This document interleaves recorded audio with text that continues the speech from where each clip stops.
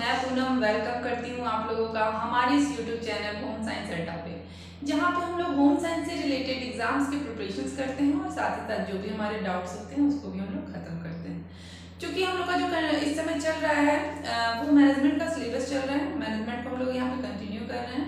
Last time में हम लोगों ने देखा था होम मैनेजमेंट को, और आज हम लोग देखेंगे कि होम मैनेजमेंट में जो भी मोटिवेटिंग फैक्टर्स हैं, अर्थात जो भी उत्प्रेरक तत्व हैं, उनके विषय में हम लोग देखेंगे। लेकिन इससे पहले हम लोगों ने लास्ट क्लास में जो पढ़ा था उसको एक बार रिवीजन कर लेते हैं। तो लास्ट क्लास में हम लोगों ने क्या पढ़ा था? लास्ट क्लास में हम लोगों ने पढ़ा था होम मैनेजमेंट। होम मैनेजमेंट में हम लोगों ने देखा था कि होम मैनेजमेंट जो है वो होम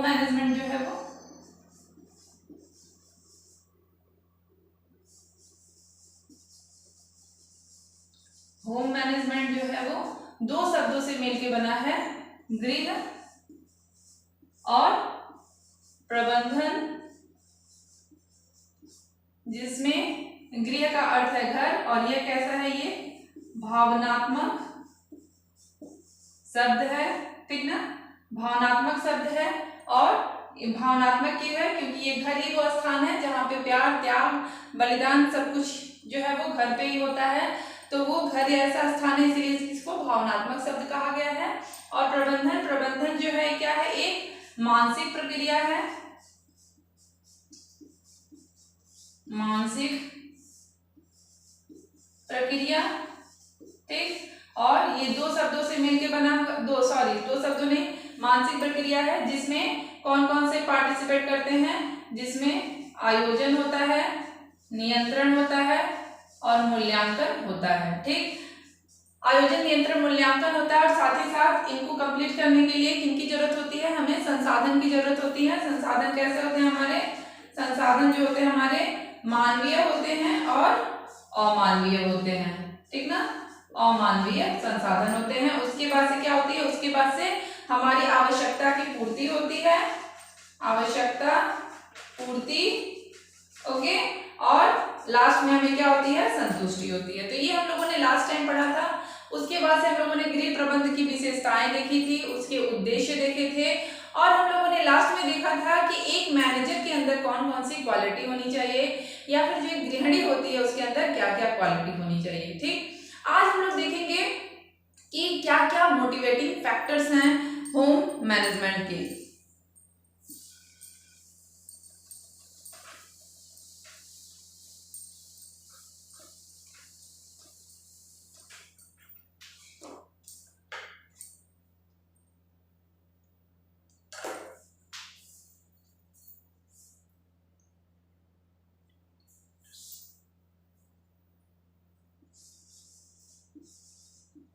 मोटिवेटिंग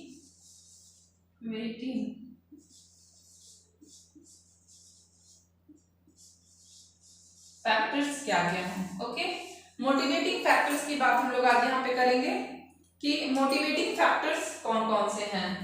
ये आर और ये हमारा एस, ठीक है।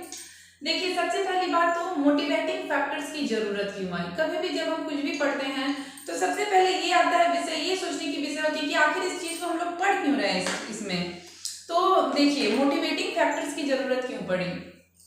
हम लोग अगर अपनी लाइफ स्टाइल में देखें, अगर हम लोग अपने जो भी हमारा जीवन है उसमें हम लोग देखें, तो बहुत सारे ऐसे चीजें हैं जो हमें करनी होती है। जैसे अभी मान लीजिए आप स्टूडेंट हैं, ठीक, आप एग्जाम की तैयारी कर रहे हैं। इसमें बहुत सारे ऐसे बच्चे होंगे जो घर पे रह के पढ़ रहे होंगे, बहुत सारे ऐसे बच्चे होंगे जो घर से बाहर जाके रूम लेके कहीं पढ़ रहे होंगे, बहुत सारी ऐसी लड़कियां होंगी जो घर पे भी रह के पढ़ रही होंगी, कुछ लड़कियां ऐसी होंगी जो बाहर रह के पढ़ रही होंगी, कुछ ऐसी भी लड़कियां होंगी जिनकी शादी हो गई और अपनी वैवाहिक जीवन में सारी जो है वो जो भी उनके ऊपर जिम्मेदारियां हैं, उन जिम्मेदारियों को निर्वहन करते हुए भी अपनी पढ़ाई को वो कंटिन्यू रखी हैं। तो ऐसे बहुत सारे बच्चे होंगे जो डिफरेंट सिचुएशंस में अपनी स्टडी को कंप्लीट कर रहे हैं। तो कुछ लोग के साथ तो जो सिचुएशन होती है वो हेल्पिंग सिचुएशन होती है, लेकिन सबके साथ ऐसा नहीं होता है। कुछ बच्चे ऐसे होते हैं जिनको अपने ही मतलब बहुत सारे संघर्षों का सामना करके जो है वो अपनी स्टडी को या फिर अपने जो ये प्रिपरेशन है इसको कंप्लीट करना होता है। तो इस संघर्ष का जो ये सिलसिला है, इसमें बहुत सारे डिसीजंस लेने होते हैं। किसी भी अगर हम स्टूडेंट की बात करें तो स्टूडेंट को भी बहुत सारे ऐसे डिसीजंस लेने होते हैं, ठीक ना। जैसे मान लीजिए कि अगर एक महिला की बात की जा रही है जो शादीशुदा महिला है और उसको उसका मन है कि मैं पढूं, एग्जाम की तैयारी करूं, एग्जाम को निकालूं और अपने पारिवारिक स्तर को और ऊपर ले जाऊं, या फिर जो भी मेरा जीवन साथी है उसका मैं परिवार चलाने में हेल्प करूं, ठीक ना। तो उसे भी बहुत सारा डिसीजन लेना होता है कि मैं कैसे सारे कार्यों को किस प्रकार से मैनेज करूं, मैं पढूं, मैं कब समय निकाल के कितना पढूं, मैं किस कार्य को किस समय पे खत्म करूं, ठीक ना। ये सारे उसको मैनेजमेंट करने होते हैं और इसी मैनेजमेंट में उसे कई सारे डिसीजंस भी लेने होते हैं। क्या मेरे लिए इतना समय है कि मैं पढ़ पाऊंगी, हाँ, अगर मैं पढ़ पाऊंगी तो फिर मैं अपने बच्चों का ध्यान कब दूंगी। ये सारे उसको क्या होते हैं, निर्णय लेने होते हैं और साथ ही साथ उसको मैनेज भी करना होता है।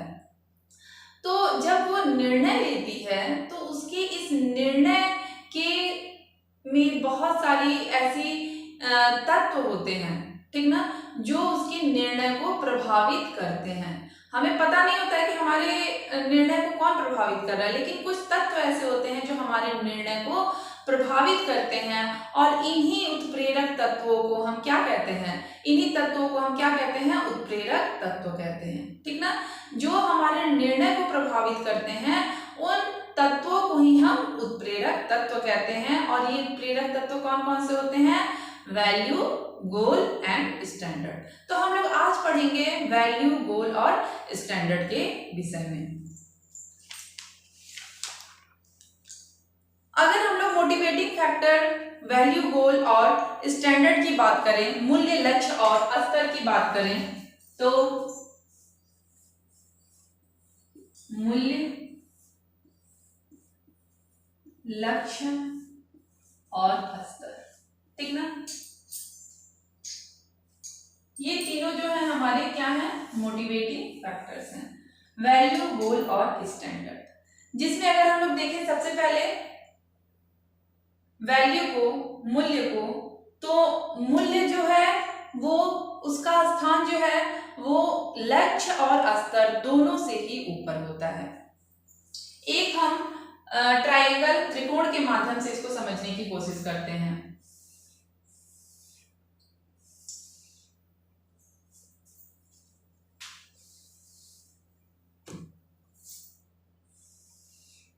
ये हमारा यहाँ पे होता है हमारा मूल्य, ये है हमारा स्तर और ये है हमारा लक्ष्य। हमारा जो लक्ष्य होता है वो भी हमारे मूल्य से ही प्रभावित होता है और जो हमारा स्तर होता है वो भी हमारे मूल्य से ही प्रभावित होता है, ठीक ना। जो हमारा लक्ष्य और स्तर होता है ये तीनों ही हमारे किससे प्रभावित होते हैं, हमारे इससे मूल्य से प्रभावित होते हैं। जो भी हमारा लक्ष्य और स्तर होता है वो किससे प्रभावित होता है, वो मूल्य से प्रभावित होता है। क्यों, क्योंकि देखिए हमारे जो मूल्य होते हैं, ठीक ना, उसी के अकॉर्डिंग हमारा डिसीजन होता है, ठीक ना, उसी के अनुसार हम अपना डिसीजन लेते हैं और अपने गोल को निर्धारित करते हैं। इसीलिए देखिए कहा भी जाता है, जैसे मान लीजिए कि जैसे मान लीजिए कि कोई व्यक्ति है, वो अगर ऐसे स्थान पे जा रहा है जहाँ पे ग्रामीण स्थान है, ठीक ना, व्यक्ति अर्थात कोई डॉक्टर है, अगर वो ग्रामीण स्थान पे जा रहा है और देख रहा है वहाँ पे बहुत सारी बीमारियां फैली हुई हैं, ठीक ना, और वहाँ पे किसी भी चिकित्सा की सुविधा नहीं है, तो उस कंडीशन में वह उन लोग की सेवा के लिए प्रेरित हो सकता है और वो डिसीजन ले सकता है कि मैं शहरी एरिया को छोड़ के मैं ग्रामीण एरिया में आऊं और इन लोगों को मैं चिकित्सा सुविधा उपलब्ध कराऊं। तो ये उसके मूल्य हैं जो उसको प्रेरित किया है, ठीक ना, कि वो गांव के क्षेत्र में जाके, ठीक ना, उन लोगों की सेवा करें। अर्थात ये उसने लक्ष्य में बनाया है कि मैं डॉक्टर बनूं और डॉक्टर बन के इन ग्रामीणों की मैं सेवा करूं, ठीक ना। तो ये उसका मूल्य है, उसके अंदर सेवा करने की भावना है और उससे प्रेरित होकर वो डॉक्टर बना और डॉक्टर बन के वो उन व्यक्तियों की सेवा करने के लिए क्या हुआ, वहां गांव में गया। तो उस डॉक्टर के मन में क्या भावना आई, उस डॉक्टर के मन में ये भावना आई कि जितने भी ग्रामीण हैं, ठीक ना, जिनके पास ये सुविधा नहीं है कि वो चिकित्सा की सुविधा ले सके, ठीक ना, वो उनके पास चिकित्सा की सुविधा पहुंच सके। तो इस स्थिति को देख के डॉक्टर ने यह निश्चय किया, यह उसने लक्ष्य बनाया कि मैं डॉक्टर बनूं, ठीक ना, और डॉक्टर बन के मैं उस ग्रामीण क्षेत्र में जाऊं और इन व्यक्तियों की मैं क्या करूं, इन व्यक्तियों को मैं चिकित्सा की सेवा उपलब्ध कराऊं, ठीक ना। तो ये उसके अंदर का मूल्य है, उसने उन व्यक्तियों को देखा और उसके अंदर सेवा की भावना जागृत हुई और वह ऐसा डिसीजन लेने के लिए प्रेरित हुआ। ओके, रही बात हमारे स्तर की, तो हमारा स्तर, ठीक ना, जो हमारा स्तर है वह एक तुलना को दर्शाता है, एक तुलना का आधार होता है और हमारा स्तर भी हमारे मूल्य से ही प्रभावित होता है। अगर हम लोग मूल्य की बात करें तो मूल्य कैसा होता है, मूल्य जो होता है वह अनिश्चित एवं आत्मगत होता है, ठीक ना। हमारा मूल्य कैसा होता है, हमारा मूल्य जो होता है अनिश्चित एवं आत्मगत होता है, ठीक। अनिश्चित क्यों होता है, अनिश्चित इसलिए, हम लोग यहाँ पे बात कर रहे थे मूल्य, लक्ष्य और स्तर अर्थात स्टैंडर्ड की। यहाँ पे अगर हम लोग देखें मूल्य, लक्ष्य, स्तर, इन तीनों को अगर हम लोग देखें, ठीक ना, तो सबसे सर्वोपरि स्थान किसका होता है, सबसे सर्वोपरि स्थान जो होता है वो किसका होता है, मूल्य का होता है। सबसे सर्वोपरि स्थान जीवन में हमारे मूल्य का होता है और उसके बाद लक्ष्य और स्तर का भी समान संबंध होता है, किससे, मूल्य जो होता है वो हमारा अनिश्चित होता है और आत्मगत होता है, अनिश्चित तथा आत्मगत होता है। ओके, अनिश्चित तथा आत्मगत होता है और ये मानव जीवन के प्रेरक बिंदु होते हैं, मानव जीवन के प्रेरक बिंदु होते हैं। दूसरा अगला है कि यही सुख और शांति के क्या होते हैं, स्रोत होते हैं। हमारे मूल्य ही हमारे सुख और शांति के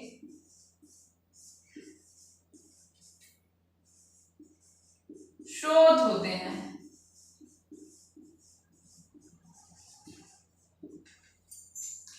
आगे हम लोग बात करते हैं अगर लक्ष्य की, तो लक्ष्य निश्चित होते हैं तथा इसे प्राप्त करने की प्रत्येक की इच्छा होती है। लक्ष्य क्या होते हैं, लक्ष्य हमारे निश्चित होते हैं, निश्चित होते हैं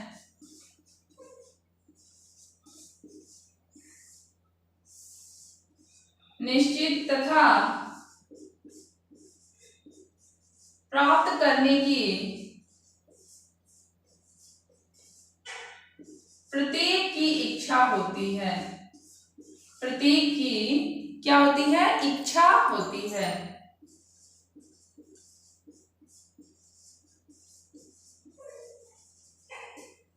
अगला हमारा है कि मूल्य की अपेक्षा अधिक स्पष्ट होते हैं। कौन, हमारे लक्ष्य जो होते हैं वो मूल्य की अपेक्षा, मूल्य की अपेक्षा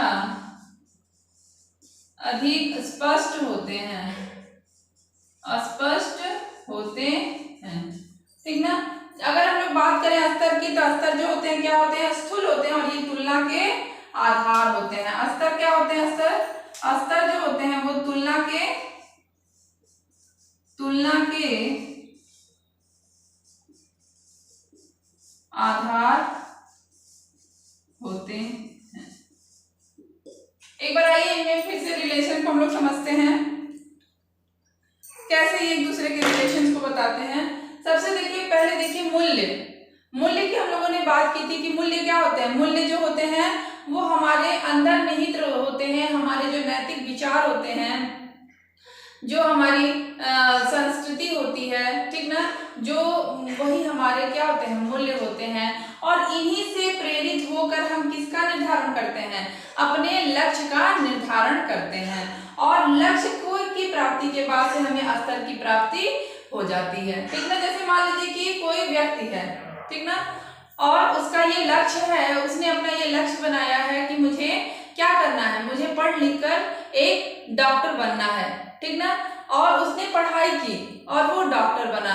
डॉक्टर बनने के बाद उसका जो है अर्थोपार्जन बहुत ही अच्छा हुआ और उसने अपने स्तर को निर्धारित किया।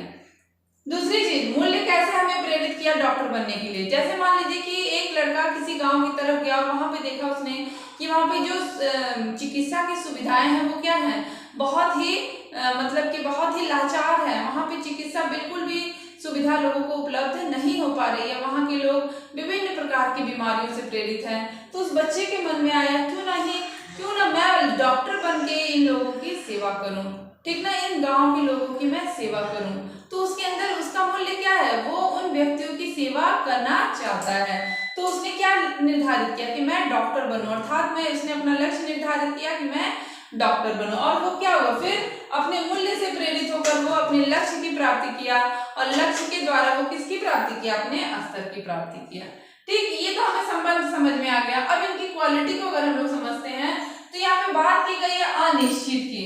मूल्य कैसे अनिश्चित हो गया, क्या मूल्य परिवर्तित भी होते हैं, क्या मूल्य मतलब बदलते भी रहते हैं। तो हाँ देखिए, मूल्य परिवर्तित भी होते रहते हैं। कैसे, सपोज मान लीजिए कि कोई व्यक्ति है, जैसे हम लोगों ने अपने जब हम लोग क्लास में, याद आ रहा है मुझे, क्लास में हम लोगों ने एक चैप्टर था उंगलीमाल डाकू की कहानी थी। उसमें ये बताया जाता है कि जो उंगलीमाल डाकू था वो गांव के लोगों को बहुत परेशान करता था, बहुत लूटपाट करता था और प्रत्येक व्यक्ति को मार के उनकी उंगली काट के उन उंगलियों को क्या करता था, अपने माले में पिरो के वो उनको पहनता था, ठीक ना।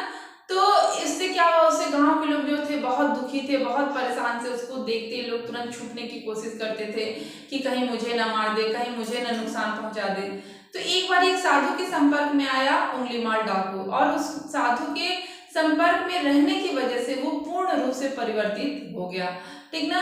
अब उसके विचार चेंज हो गए, अब वो लोगों की सेवा करने लगा, लोगों की सहायता करने लगा, उनके कार्यों में उनकी मदद करने लगा। तो इस प्रकार से परिस्थितियों की वजह से भी हमारे मूल्य क्या हो जाते हैं, चेंज हो जाते हैं, हमारे मूल्य बदल जाते हैं। इसीलिए कहा गया है कि मूल्य अनिश्चित होते हैं। अगर हम एक मूवी की भी मैं बात बता रही हूँ, एक मूवी है, मूवी का नाम नहीं याद आ रहा, उसका एक सीन याद आ रहा है। उसमें क्या होता है, एक बच्चा रहता है, उसकी माँ जो होती है बहुत बीमार होती है। बच्चा पहले बहुत ही अच्छे घर से रहता है और वो बहुत अच्छी अच्छी बातें सीखता है, अपनी माँ की भी बहुत सेवा करता है।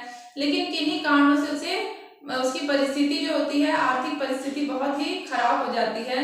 इतने भी पैसे नहीं होते हैं कि वो अपनी माँ के लिए दवा ला सके और उसकी माँ की तबीयत बहुत खराब रहती है। उस कंडीशन में उसकी माँ को दवा की बहुत आवश्यकता रहती है।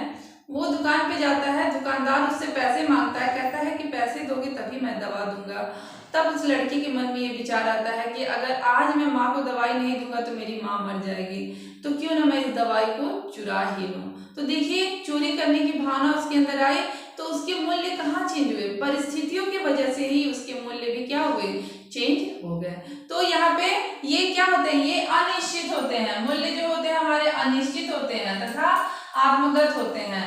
मानव जीवन के प्रेरक बिंदु होते हैं। प्रेरक बिंदु क्यों, क्योंकि इन्हीं मूल्यों से प्रभावित होकर हम अपने लक्ष्यों का निर्धारण करते हैं, ठीक ना। ये प्रेरक बिंदु होते हैं, इन मूल्यों से ही हम प्रेरित होकर अपने लक्ष्य का निर्धारण करते हैं।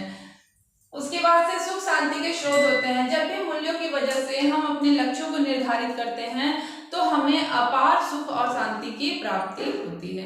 जैसे मान लीजिए कि हम आप ही लोग का एग्जाम ले लें, आप लोग भी तो अपने परिवार के लोगों से बहुत प्यार करते हैं, उनकी खुशियों की, उनकी आवश्यकता की पूर्ति आप लोग करना चाहते हैं और उसके लिए आप क्या करना चाहते हैं, उसके लिए किस चीज की आवश्यकता है, पैसे की आवश्यकता है, ठीक ना।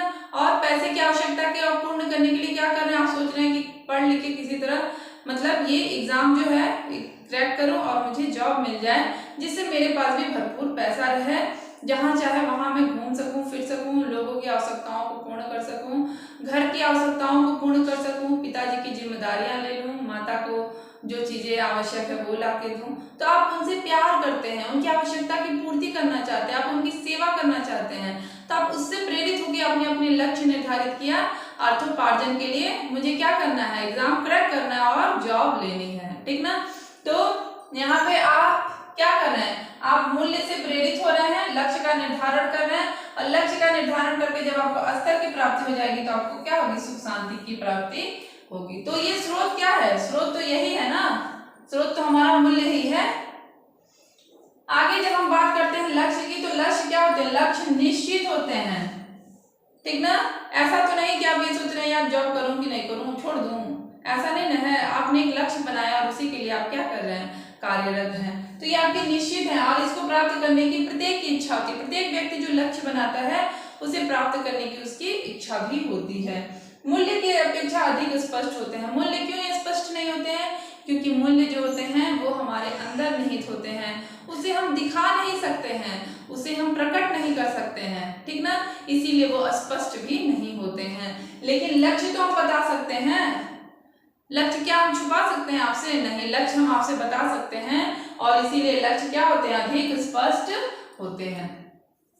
आगे स्तर स्तर जो होते हैं वो तुलना के आधार होते हैं। किसी के भी यहाँ पे देखिए इसी स्तर के अनुसार हम लोगों ने वर्ग में भी मतलब वो किया है, विभाजित किया है परिवारों को। जैसे उच्च वर्ग परिवार, मध्यम वर्ग परिवार, निम्न वर्ग परिवार, तो ये उनके आय के ऊपर डिपेंड करता है और आय से ही हम क्या करते हैं, स्तर को निर्धारित करते हैं और वहां पे तुलना का आधार रखते हैं।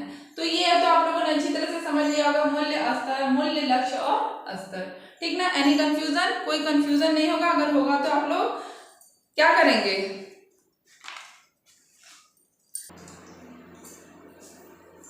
आगे हम लोग बात करते हैं एवरमैन की। एवरमैन ने क्या कहा है मूल्यों के विषय में।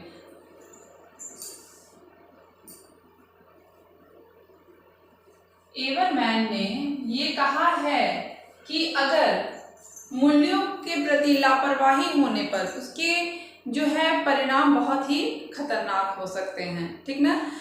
इन्होंने कहा है कि मूल्यों के अभाव में एक प्रभावशाली व्यक्तित्व का निर्माण संभव नहीं है, और ये सच भी है। आप भी देखिए, जैसे मान लीजिए कि आज आप देखिए क्या है, क्या स्थिति है, हर जगह करप्शन है, ठीक ना, चीजों में मिलावट है और मिलावट का स्तर इस कदर है कि लोगों को बिल्कुल भी नहीं परवाह है कि अगर ये मिलावट वाली सामग्री लोग खाते हैं तो उनके स्वास्थ्य पे क्या असर पड़ेगा। तो ये कहीं ना कहीं व्यक्ति के मूल्यों में क्या है, लापरवाही है, उनके मूल्यों के डेवलपमेंट में लापरवाही है, चाहे वो अपने मूल्यों के प्रति सतर्क नहीं है। इसलिए उन्हें बिल्कुल भी ये सोचने में संकोच नहीं लगता है कि मैं जो ये जहर मिला रहा हूँ खाद्य पदार्थ में, वो खाद्य पदार्थ अगर किसी के बच्चे खाएं या कोई व्यक्ति खाए तो इसका क्या परिणाम होगा, ठीक ना। अगर कोई व्यक्ति किसी से कुछ लूटता है, इसमें आप देखिए यूथ जो है, हमारा जो यूथ है, क्या उसकी कंडीशन है, बेरोजगारी का स्तर चूंकि बढ़ता ही जा रहा है, ठीक ना, क्योंकि आबादी बढ़ती जा रही है, तो उस कंडीशन में लोग शॉर्टकट्स ढूंढते हैं पैसा कमाने का, मतलब कि कम से कम समय में, कम से कम मेहनत में अधिक से अधिक धन कैसे कमाया जा सके। इसके चलते बहुत सारी धोखाधड़ी हो रही हैं, बैंकों से रिलेटेड धोखाधड़ी हो रही है, साइबर क्राइम्स हो रहे हैं। तो ये सारी चीजें जो है कहीं ना कहीं लोगों के मूल्यों में लापरवाही की वजह से ही है, ठीक ना। आगे मूल्यों का निर्माण जो है वो व्यक्ति की रुचि और इच्छा के अनुसार होता है। कैसे, जैसे मान लीजिए कि दो व्यक्ति खड़े हैं, ठीक ना, ये दो व्यक्ति हैं,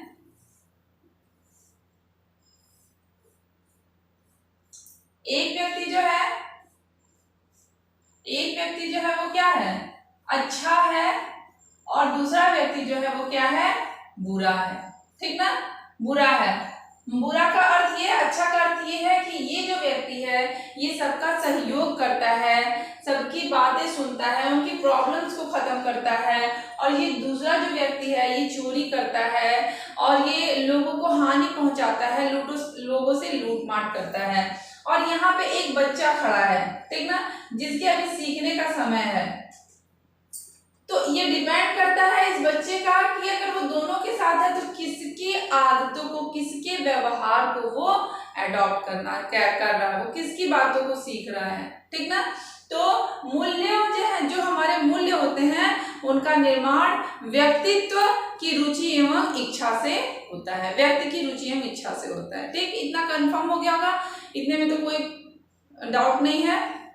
आगे हम लोग देखते हैं, वही इसका विकास, नियंत्रण एवं उपभोग करता है, इसी से व्यक्ति की अभिवृत्तियां बनती हैं, ठीक ना। इसी से व्यक्ति की अभिवृत्तियां, अभिवृत्तियों से क्या मतलब है, देखिए बच्चा जो सीखता है, ठीक ना, जो बच्चा सीखता है इसी से इसकी अभिवृत्तियां बनती हैं। अभिवृत्तियों को हम इंग्लिश में एटीट्यूड्स भी कहते हैं, ठीक ना।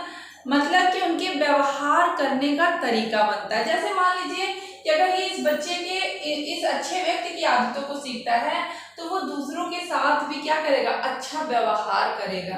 लेकिन अगर वो इस व्यक्ति से प्रभावित है, ठीक ना, तो वो लोगों के साथ क्या करेगा, ये बुरा व्यवहार करेगा। तो ये डिपेंड करता है कि बच्चे किसके साथ हैं, जिसके साथ रहेंगे उसी के अनुसार उनकी अभिवृत्तियों का विकास होगा, अर्थात उनके व्यवहार करने का तरीके का विकास होगा, ठीक ना। आगे है, इसीलिए प्रत्येक व्यक्ति के जीवन में मूल्यों का जो है वो सर्वाधिक महत्वपूर्ण स्थान होता है। अगर हम लक्ष्य, जो कि हम लोग स्टार्टिंग में बात किए थे, हम लोग बात किए थे किसकी, वैल्यू, गोल एंड स्टैंडर्ड की, तो इसमें इन दोनों से भी ऊपर स्थान किसका है, मूल्य का है। क्योंकि इसी मूल्य की वजह से, इसी वैल्यू की वजह से गोल डिसाइड हो रहा है, गोल डिसाइड होने से भी हमारा स्टैंडर्ड जो क्या हो रहा है, अप हो रहा है, ठीक ना। तो ये तो सारी चीजें हो गई वैल्यू से रिलेटेड। आगे अगर हम लोग देखें, जो मूल्य होते हैं, मूल्य हमेशा धनात्मक तथा ऋणात्मक होते हैं, लेकिन धनात्मक मूल्यों को जो है वो क्या किया जाता है, स्वीकारा जाता है, समाज के द्वारा स्वीकृति प्रदान की जाती है, किसको, धनात्मक मूल्यों को, ठीक ना। अब हम लोग आगे देखते हैं कि मूल्यों के प्रकार। अगर हम लोग मूल्यों के प्रकार को देखते हैं,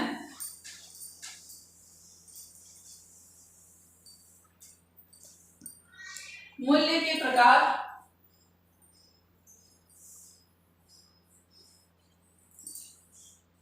मूल्य के प्रकार, जिसमें सबसे पहला है आंतरिक मूल्य तथा साधनात्मक मूल्य।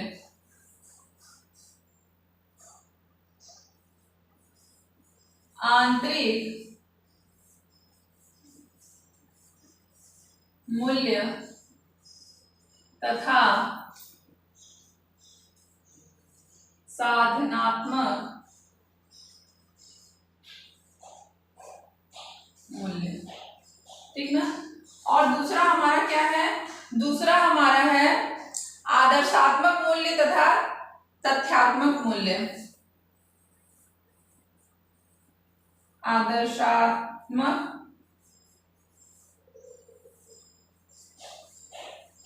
मूल्य तथा तथ्यात्मक मूल्य।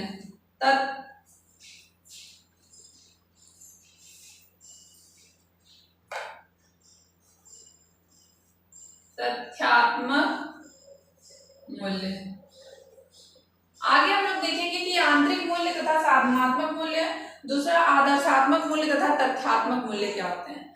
आंतरिक मूल्य देखिए उन्हें कहते हैं जो व्यक्ति के अंदर स्वयं से डेवलप हो, स्वयं में व्यक्ति के अंदर जो चीजें डेवलप हो जाती हैं वो क्या होती हैं, वो आदर्शात्मक मूल्य होती हैं। जैसे कि किसी व्यक्ति का किसी के प्रति प्रेम, किसी व्यक्ति का अपने परिवार के प्रति समर्पण, ठीक ना, किसी व्यक्ति का किसी चीज के प्रति लगाव। जैसे मान लीजिए किसी व्यक्ति को कला में बहुत लगाव है, किसी व्यक्ति को प्रकृति की सुंदरता से बहुत लगाव है, किसी व्यक्ति को आर्ट करना बहुत अच्छा लगता है, किसी व्यक्ति को संगीत करना बहुत अच्छा लगता है। तो ये क्या है, ये सारे आंतरिक मूल्य हैं।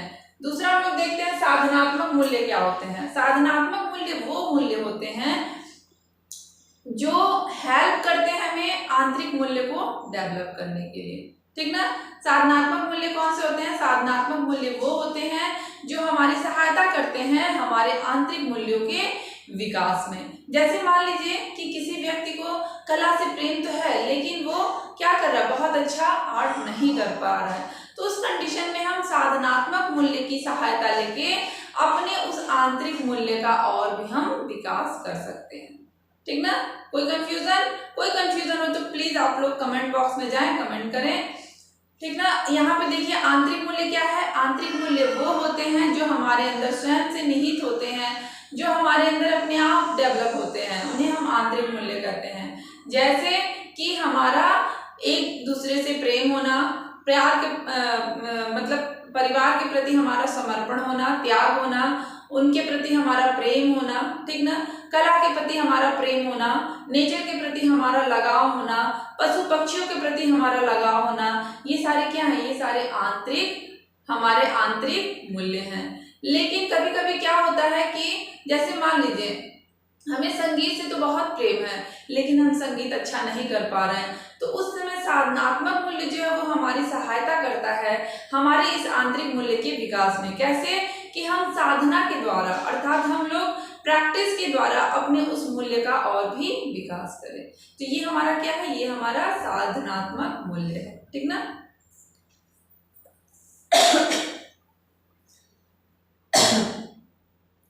आगे है आदर्शात्मक मूल्य।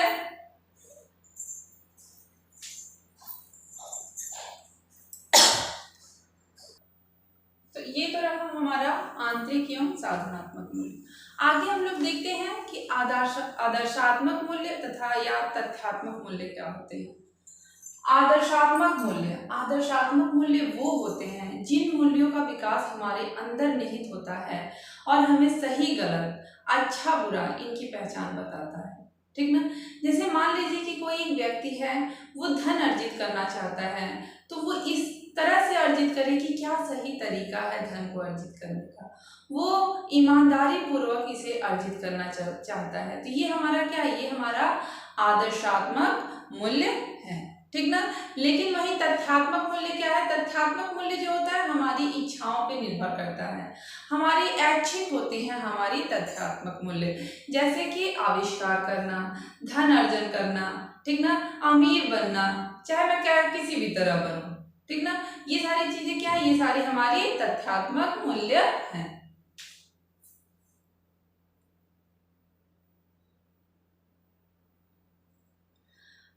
आगे हम लोग बात करते हैं पार्कर महोदय की। पार्कर महोदय जो है एक बहुत ही हमारे जो हैं ये समाजशास्त्री हैं। पार्कर जी प्रसिद्ध समाजशास्त्री हैं और इनके अनुसार हम लोग देखेंगे कि क्या क्या होते हैं हमारे मूल्य। ठीक ना? इन्होंने मूल्यों को कितने भागों में बांटा है और ये देखिए एग्जाम की दृष्टि से भी बहुत महत्वपूर्ण है। मूल्य के चैप्टर से जैसे कि इस टाइप के क्वेश्चंस पूछते हैं कि क्या मतलब पार्कर के अनुसार क्या ज्ञान प्राप्ति मूल्य है।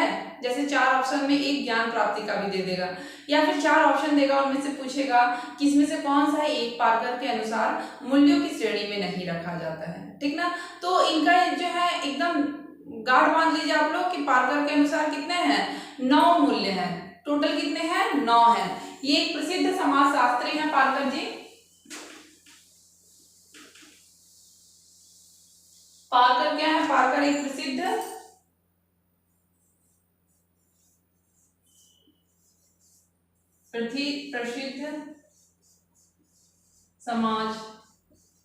समाजशास्त्री पार्कर महोदय की बात हो रही है, पार्कर जी की। और इन्होंने क्या बताया? इन्होंने 9 मूल्यों को बताया है। इन्होंने मुख्य रूप से 9 मूल्यों को बताया है। इनके अनुसार मूल्यों की संख्या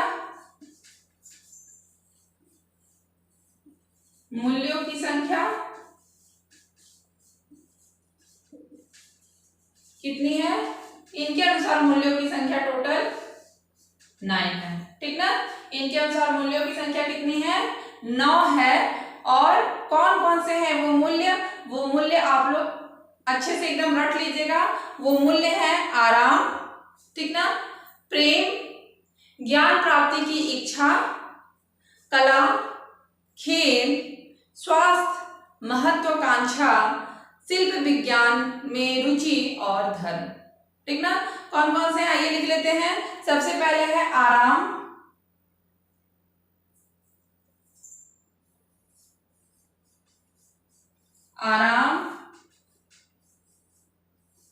प्रेम, खेल, शिल्प,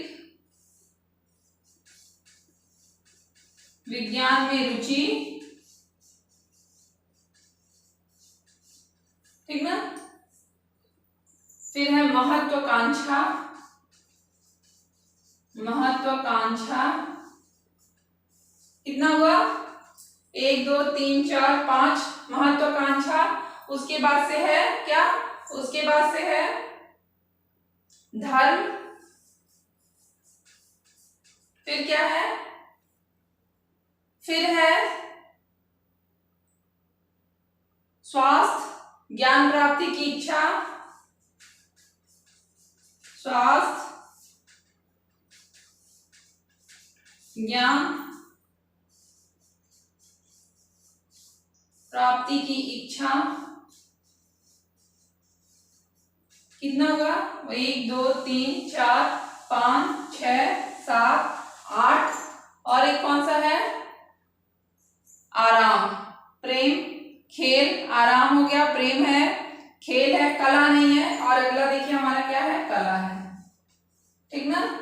तो ये क्या है, ये पारकर जी के अनुसार, प्रसिद्ध समाजशास्त्री पारकर के अनुसार मूल्यों की संख्या इन्होंने कितनी बताई है, इन्होंने मूल्यों की संख्या बताई है कितनी, 9 बताई है। कौन कौन से हैं, आराम है, प्रेम है, खेल है, शिल्प विज्ञान में रुचि है, ठीक ना, या फिर शिल्प संबंधित रुचि, ठीक ना, शिल्प विज्ञान में हमारी रुचि है, महत्वाकांक्षा है, धर्म है, स्वास्थ्य है, ज्ञान प्राप्ति की इच्छा है, और क्या है, कला है। पूरे 9 है ना, हाँ पूरे हमारे कितने हैं, 9 है। तो ये एकदम आप अच्छे से रट लीजिएगा, क्योंकि कभी कभी क्या देता है, कभी कभी 3 ऑप्शन आपके सेम रहेंगे और एक ऑप्शन अलग रहेगा, जिसे पूछा जाता है कि इनमें से कौन सा एक पारकर के अनुसार क्या मूल्य नहीं है, ठीक ना। तो इस पारकर के अनुसार लगभग अधिकतर क्वेश्चंस में, अधिकतर एग्जाम्स में क्वेश्चंस पूछे गए हैं। आगे लिंडसे है, लिंडसे के अनुसार, लिंडसे ने क्या बताया, लिंडसे के अनुसार इन्होंने क्या बताया है, इन्होंने बताया है 6 प्रकार के मूल्य होते हैं, कि इन्होंने, लिंडसे ने, ठीक ना, बस आप नाम याद रख लीजिए, लिंडसे, लिंडसे क्या बताते हैं, लिंडसे बताते हैं कि टोटल कितने होते हैं, 6 प्रकार के मूल्य होते हैं। और फिर professor PS Naidu, professor PS Naidu, Naidu ji क्या कहते हैं, नायडू जी भी कहते हैं कि टोटल मूल्यों की संख्या कितनी होती है, 6 होती है, ठीक ना। क्योंकि मेन इंपॉर्टेंट हमारे ये हैं, इनको आप अच्छे से देख लीजिएगा।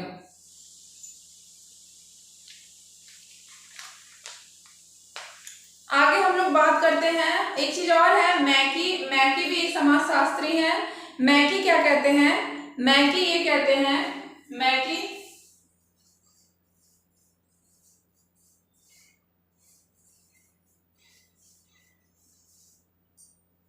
मैकी क्या कहते हैं, मैकी ये कहते हैं कि मैकी ने क्या है कि 4 तरह के साधनात्मक मूल्य होते हैं, कितने, इन्होंने साधनात्मक मूल्य के विषय में बताया है, या ये नहीं रहेगा, MCQ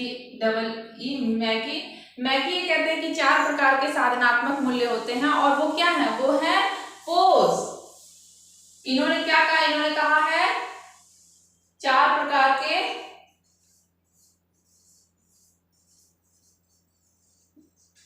साधनात्मक मूल्य होते हैं, और उसको क्या नाम दिया, उसको इन्होंने नाम दिया है pose.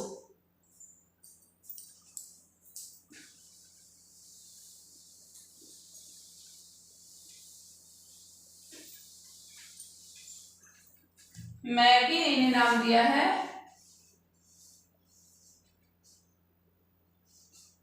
Pose, POSE pose. P for होगा हमारा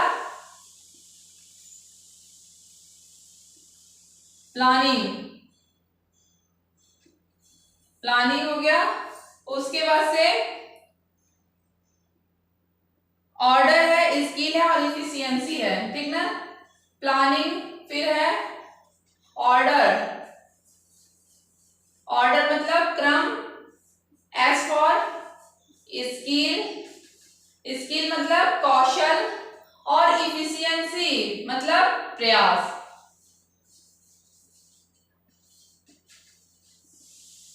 इफिशियंसी, इफिशियंसी अर्थात क्षमता, ठीक ना। इफिशियंसी मतलब कितनी क्षमता है, इफिशियंसी।